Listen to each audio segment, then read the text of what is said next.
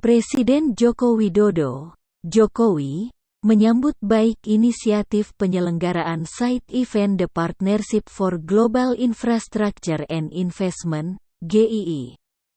Indonesia menegaskan akan mendukung penuh penguatan pembangunan infrastruktur di negara berkembang. Hal tersebut dikemukakan Jokowi saat memberikan jawaban atas komitmen yang disampaikan Presiden Amerika Serikat, AS, Joe Biden mengenai kesepakatan negara anggota G7 di Apurva, Kempinski, Bali.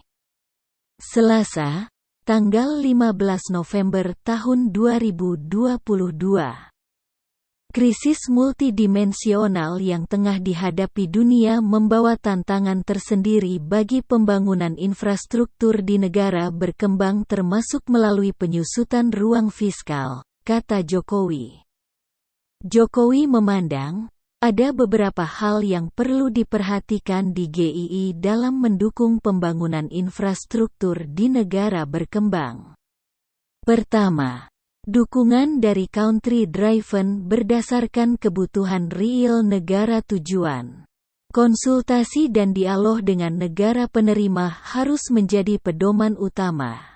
Pembangunan infrastruktur perlu memberdayakan masyarakat dan ekonomi setempat agar memiliki rasa kepemilikan yang tinggi disertai dukungan bagi negara berkembang untuk membangun kapasitas dan kemampuan mandiri, katanya.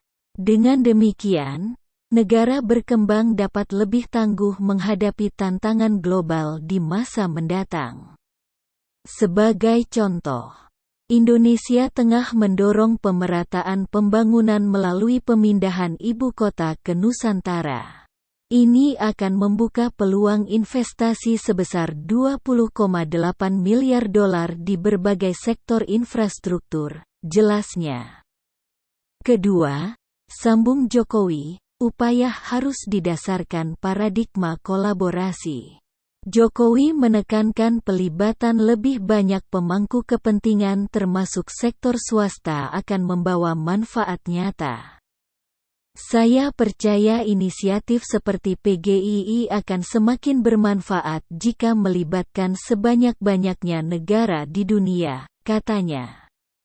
Ketiga, Jokowi mengatakan, PGII harus menghasilkan dukungan pembangunan berkelanjutan, termasuk lewat pembangunan hijau dan transisi energi. Apalagi, negara berkembang paling rentan terhadap tantangan pembangunan. Presidensi G20 Indonesia telah mendorong kerjasama nyata di bidang sustainable infrastructure dan pendanaan pembangunan, katanya. Indonesia sendiri juga bersungguh-sungguh mengembangkan industri hijau termasuk ekosistem industri mobil listrik sebagaimana YM saksikan langsung di KTT Bali ini, tegasnya.